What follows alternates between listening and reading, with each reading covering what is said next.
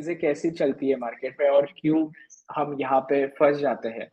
एक मिनट रुकना बस।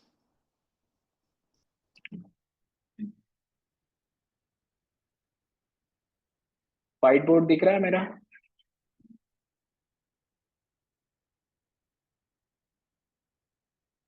आज फंडा को हम गायब ही कर देते हैं, रुको एक मिनट।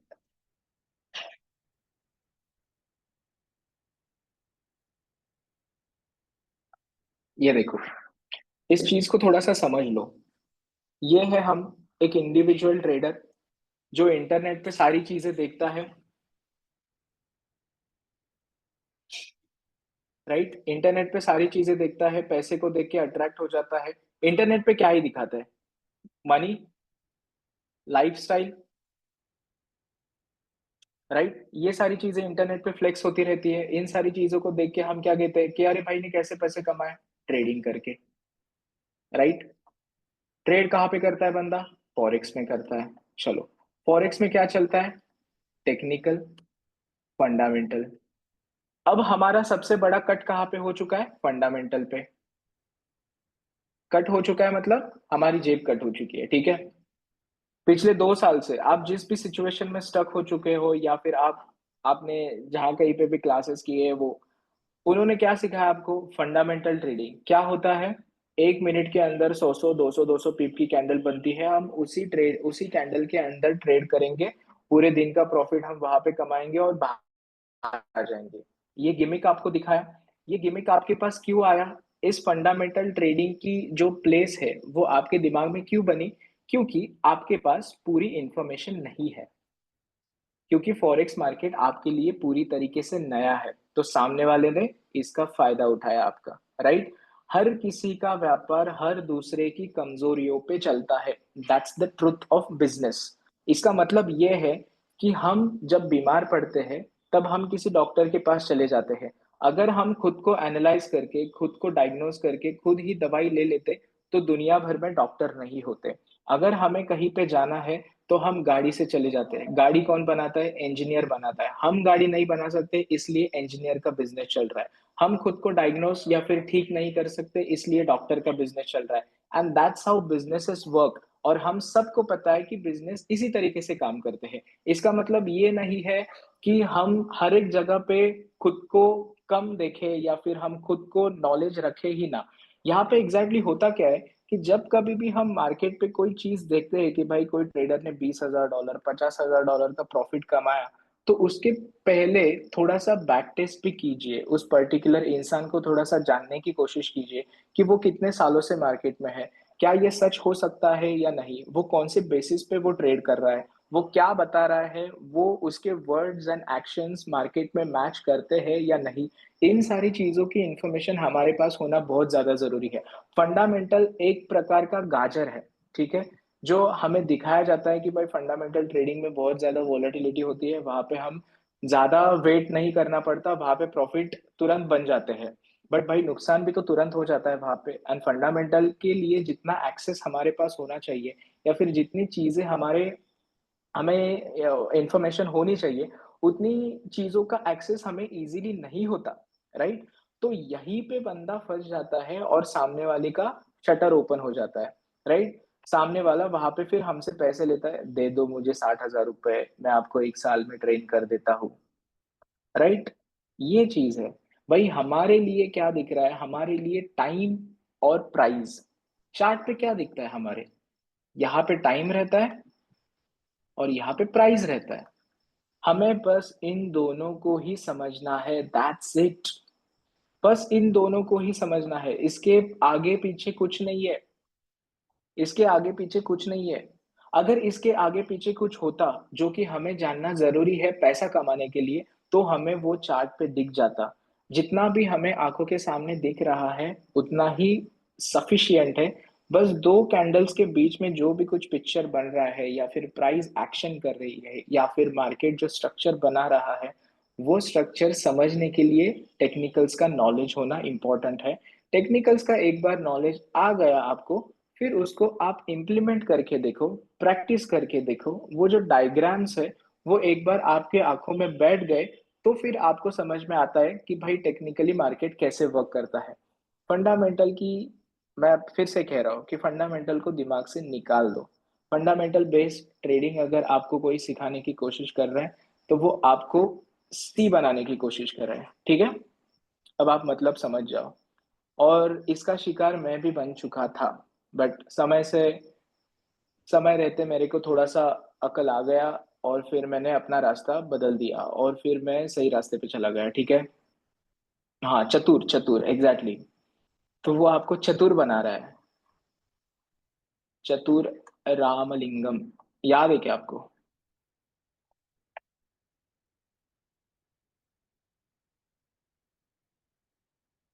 अब मैं भी क्या, आप सब बन हम सब बन गए थे। तो उतना चलता है।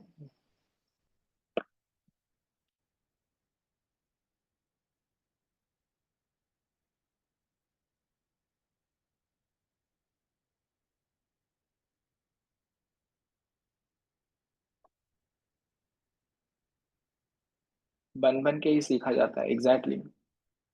तो और मेरी एक रिक्वेस्ट और सबसे एक ही है कि इंटरनेट पे जो भी कुछ दिखाया जाता है ना, उसको थोड़ा सा क्रॉस वेरीफाई करने की कोशिश करो।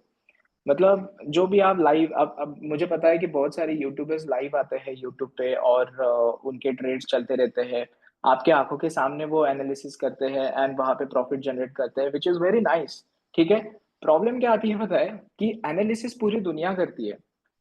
सबसे इंपॉर्टेंट चीज है कि वो पर्टिकुलर लेवल पे पहुंचने के बाद ट्रेड का प्लेसमेंट, ठीक है। और जो टारगेट आपने रखा है, टीपी आपने रखा है, वहां तक रुक जाना, होल्ड। मान लो कि यहाँ पे आपका ट्रेड का प्लेसमेंट है और यहाँ से आप सेलिंग का मूवमेंट एक्सपेक्ट कर रहे हो, और मार्केट यहाँ से साइडवेज चला गया और फिर नीचे की तरफ आ गया, ये बात की बात। लेकिन जब साइडवेज है मार्केट, तब आप होल्ड कर रहे हो या नहीं, आप आपके एनालिसिस पे फर्म हो या नहीं, ये सबसे ज्यादा इंपॉर्टेंट देखने की बात रहती है। ट्रेडिंग साइकोलॉजी में ये सबसे ज्यादा इंपॉर्टेंट चीज है। इंटरनेट पे दिखाई जाने वाली हर एक चीज सही हो, सच हो, ये जरूरी नहीं है। इस पूरी भूल भुलैया की दुनिया में जाके फंस मत जाना, ठीक है। यहाँ पे लोग फंसाने के लिए बैठे हैं, हमें फंसना नहीं है, ठीक है, क्योंकि हम मेहनत से पैसे कमाते हैं, सामने वाले को भी मेहनत के ही पैसे देते हैं। ऐसे लूट मार के पैसे तो नहीं ला रहे हम, राइट। तो थोड़ा सा रिसर्च करो, क्रॉस वेरीफाई करने के लिए बहुत सारी चीजें हैं इंटरनेट पे अवेलेबल, उनको जरा देखो और फिर समझने की कोशिश करो। कुछ अगर डाउट आता है तो फिर डिस्कस करो एक्सपर्ट्स के साथ। Exactly exactly। हम भी पहले गए थे, तुम भी पहले जाओगे, ठीक है, फंडामेंटल ट्रेडिंग अगर करोगे तो।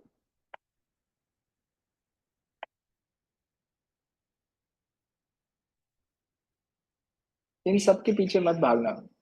पैसा, लाइफस्टाइल, ये बाय प्रोडक्ट्स है फॉर मी। मैं इनको ऐसे तरीके से देखता हूँ कि भाई ये मेरे लिए प्रोसेस के बाय प्रोडक्ट्स है। जब तक मुझे प्रोसेस समझ में नहीं आता, ये है प्रोसेस। अगर मैं प्रोसेस को पहले सीख लूं, लर्न कर लूं, फिर उसको एग्जामाइन करूं। एग्जामाइन इन द सेंस ये खुद का एग्जामिनेशन होता है, ठीक है। एग्जीक्यूट करूं, एग्जीक्यूट करने के बाद धीरे धीरे मुझे रिजल्ट आना स्टार्ट होगा, and this entire process takes at least year, at least year.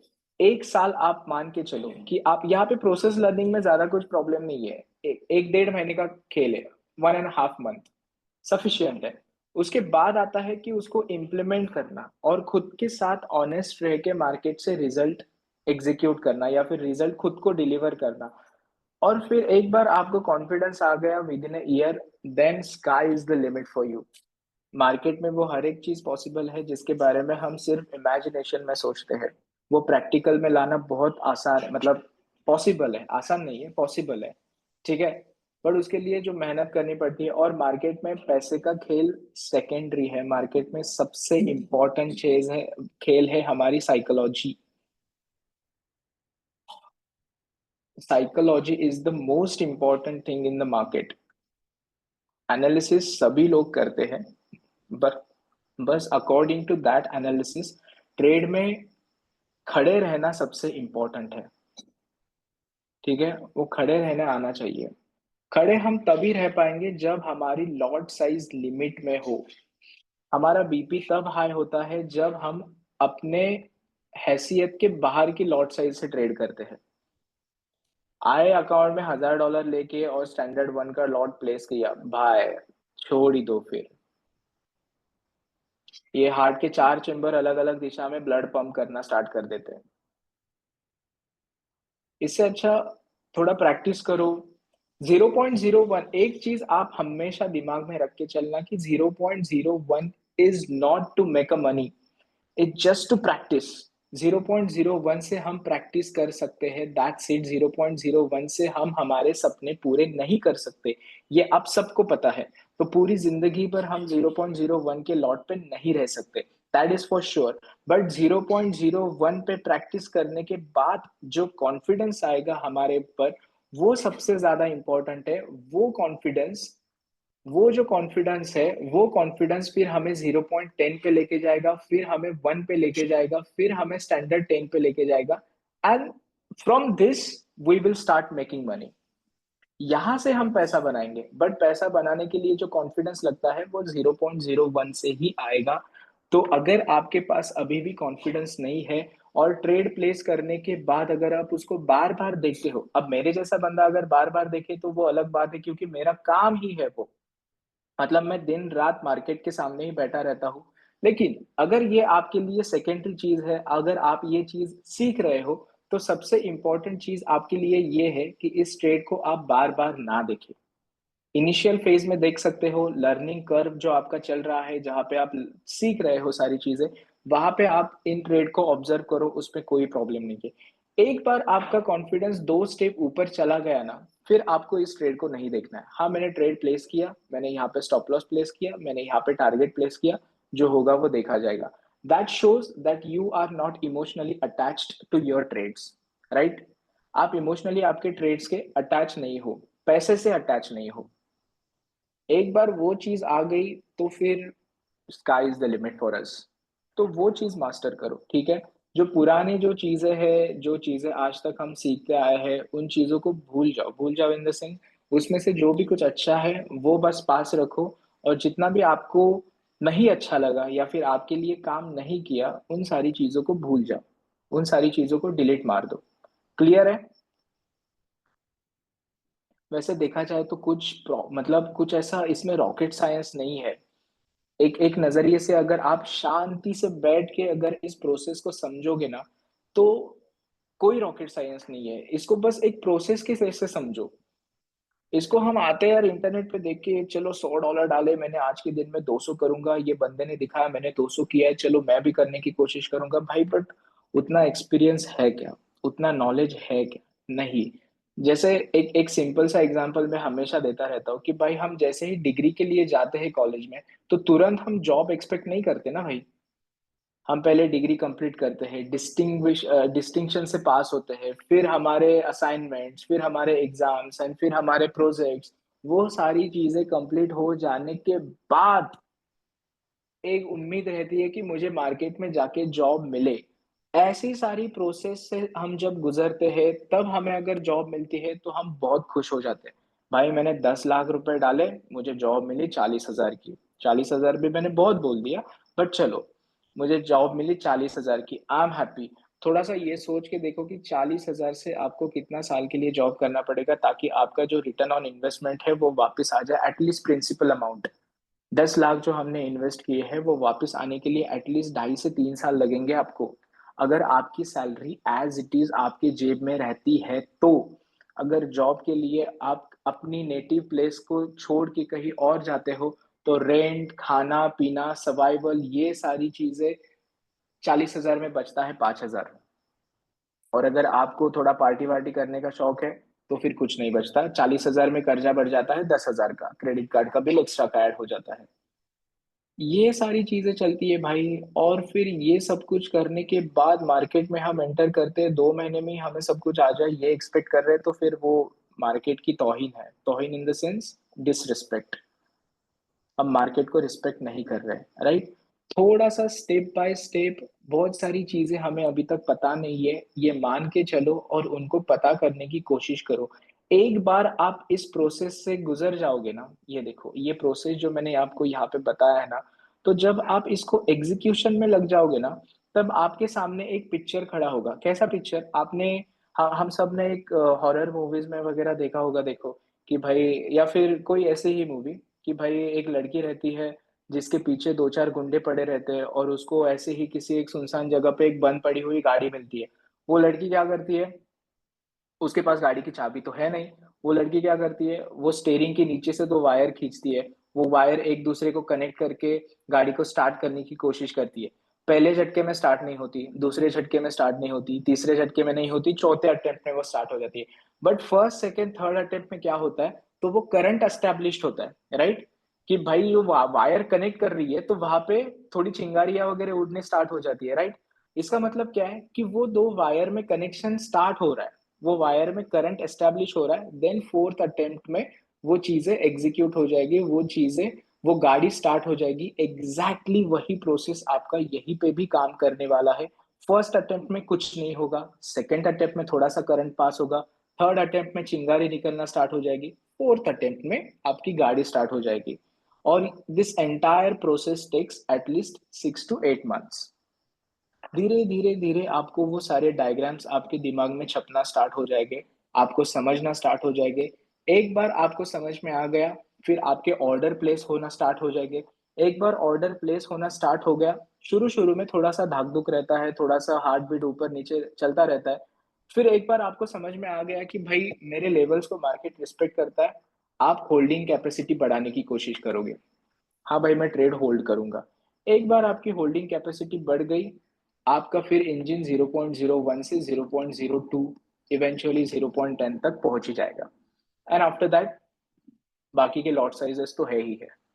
सो ये है एंटायर प्रोसेस। ऐसे चलती है ट्रेडिंग। ना कि आए, सीखा, पैसा डाले, लॉस किए, बाहर चले गए। नहीं, ऐसा नहीं। गिव अप मत करो। Most of the public market में गिव अप इसलिए करती है कि वो आते हैं मार्केट में, लर्न करते हैं चीजें, उसको एग्जीक्यूट करते हैं, फेल हो जाते हैं यहाँ पे। Market it's like a mirror, ठीक है? आप हमेशा एक चीज याद रखना कि मार्केट हमेशा आईना दिखाता है हमको, कि भाई तुम फेल होने के बाद ऐसे दिखते हो, क्योंकि यहाँ पे डायरेक्टली फिनेंशियल लॉस इन्वॉल्व है, और फिनेंस के साथ हमारी इमोशनल अटैचमेंट रहती है, राइट? तो ट्रेड में फेल हो जाने के बाद एक दो बार हम कोशिश करते हैं, बट कई बार हम गुस्सा हो जाते हैं। फिर गुस्सा होने के बाद क्या स्टार्ट होता है? Revenge trading. फिर और क्या होता है? Over trading. या फिर हम सक्सेसफुल हो गए, पहले ही ट्रेड में सक्सेसफुल हो गए, तो वहां पे क्या स्टार्ट हो जाता है? ग्रीड आ जाती है, वहां पे फिर से ओवर ट्रेडिंग स्टार्ट हो जाती है। तो जो भी रिजल्ट्स, जो भी आउटकम्स हमें आ रहे हैं खुद की ट्रेडिंग से, वो हमको दिखा रहे हैं कि हम कैसे हैं। और फिर लोग मार्केट से बाहर इसलिए हो जाते हैं कि भाई मार्केट ने हमको हमारा जो पिक्चर दिखाया है वो खुद को ही पसंद नहीं आया। भाई गुस्सा करने के बाद मैं ऐसे हो जाता हूँ। भाई चलो मान लो कि आप जिम में अगर गुस्सा हो गए तो वहां पे एक्स्ट्रा वेट उठा लोगे, यहाँ पे क्या करोगे? ट्रेड फेल हो गया, आपका पैसा चला गया, आप लैपटॉप फोड़ोगे? कितने फोड़ोगे? आप मोबाइल फोड़ोगे? कितने फोड़ोगे? किसके ऊपर गुस्सा निकालो? नहीं हो सकता, राइट? ये सारी चीजें हैं। ऐसे फेलियर के टाइम पे आपको खुद को शांत एंड स्टेबल रखना आना चाहिए। बैक टू बैक दो ट्रेड फेल हो गए, तीन ट्रेड फेल हो गए, आज के दिन पे मैं ट्रेडिंग नहीं करूंगा, ये रूल हमें अपने पास रखना चाहिए, और उस रूल को फॉलो करना आना चाहिए। अगर ये सारी चीजें होती है, मेंटली हम मार्केट से जीत जाते हैं, then and then only market हमें रिवॉर्ड देना स्टार्ट करता है, अदरवाइज नहीं होता। मार्केट में से कई सारे लोग बस ये एक ही चीज की वजह से बाहर आ जाते हैं कि वो खुद को नहीं पसंद आते, जब कभी भी उनके सामने फेल्योर आता है तो। ये चीज आप दिमाग में रखना कि भाई मार्केट हमें फेल कर रहा है, और ये मुझे पसंद नहीं आ रहा, मैं थोड़े से अच्छे से कोशिश करके आऊंगा और फिर से कोशिश करूंगा। ये सारी चीजें आपको समझ में आनी चाहिए। एसएल लगाना जरूरी है बहुत ज्यादा, बट मैं एसएल क्लोजिंग बेसिस पे ज्यादा प्रेफर करता हूँ, ना कि ऐसे ही लगा के छोड़ दूं। बट एसएल बहुत इंपॉर्टेंट है। नुकसान छोटा होना चाहिए, प्रॉफिट आपका बड़ा होना चाहिए। क्लियर है? आई होप साइकोलॉजी से रिलेटेड छोटे मोटे जो डाउट्स होंगे आपके वो यहाँ पे क्लियर हो गए होंगे। अगर किसी को और भी कुछ डाउट है तो फिर please free feel to ask.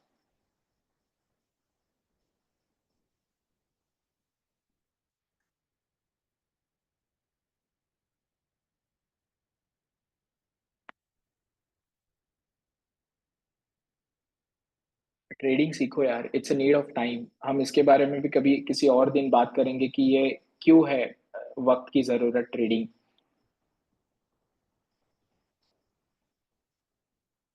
पूरा समझ में आया।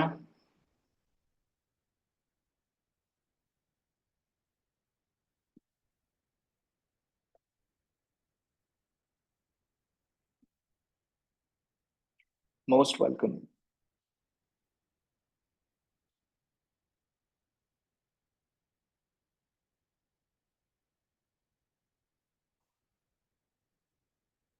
Nice session, thank you. Dhanashree ma'am, I hope fundamentals के आपके सारे डाउट्स क्लियर हो गए होंगे। फंडामेंटल्स के बारे में आपको जितना चाहे उतना मैं लेक्चर दे सकता हूँ, मतलब स्टार्ट फ्रॉम द बिगिनिंग, अब तक दुनिया कहाँ पे आ गई है और पैसा कैसे फ्लो हो रहा है, वो सारी चीजें मैं डिस्कस कर सकता हूँ, क्योंकि this is one of the favourite topic. मेरा ये बहुत पसंदीदा टॉपिक है, क्योंकि इट्स ऑल अबाउट मनी, कि पूरी दुनिया पैसे के इर्द गिर्द ही घूम रही है और पैसा कैसे घुमा रहा है हम सबको, वो ही है फंडामेंटल, बाकी और कुछ नहीं है। और ये सारी चीजें बहुत बड़े लेवल पे होती है, मतलब बहुत बड़े लेवल पे, हम सोच भी नहीं सकते इतने बड़े लेवल पे ये सारी चीजें हो रही है। तो इतना काय को सोचना, हमारी जिंदगी लिमिटेड है, लिमिटेड इन द सेंस हम कभी किसी और का छीन के नहीं खाने वाले, राइट। वो जितने भी इतने बड़े बड़े लेवल पे पहुंचे हैं लोग, उन्होंने कभी ना कुछ तो गलत किया है, तब जाके इतने बड़े लेवल पे पहुंचे हैं। वो हमारी वैसी टेंडेंसी नहीं है, हमारा वैसा नेचर नहीं है। तो वाइट वे से हम कितना कमा सकते हैं उतना ही हम सोचेंगे। वाइट वे से 100, 200, 500 करोड़, 1,000 करोड़ तक भी पैसा कमाया जा सकता है, even more than that. But individually अगर एक जिंदगी में बात करो तो फिर लकी हो गए तो 1,000 करोड़ तक। एनएफपी का डिस्क्रिप्शन पढ़ने से कुछ नहीं होता, एग्जैक्टली exactly. कुछ नहीं होता। फंडामेंटल फंडामेंटल एक अंधश्रद्धा है मैम, सुपरस्टिशियंस है वो, ठीक है। नारियल फोड़ो, उसको नींबू उतार के डालो, और जिस किसी ने भी आपको ये सिखाया ना ये सब कुछ, उसके ऊपर भी एक नींबू उतार के डालो और छोड़ दो उसको।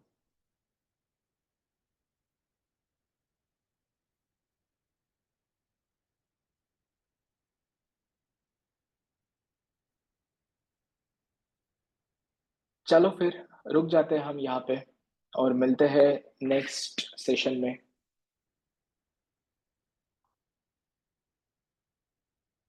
उसके ऊपर भी एक नारियल फोड़ दो, हाँ अच्छा होगा। Good night, good night, good night. Have a great night ahead.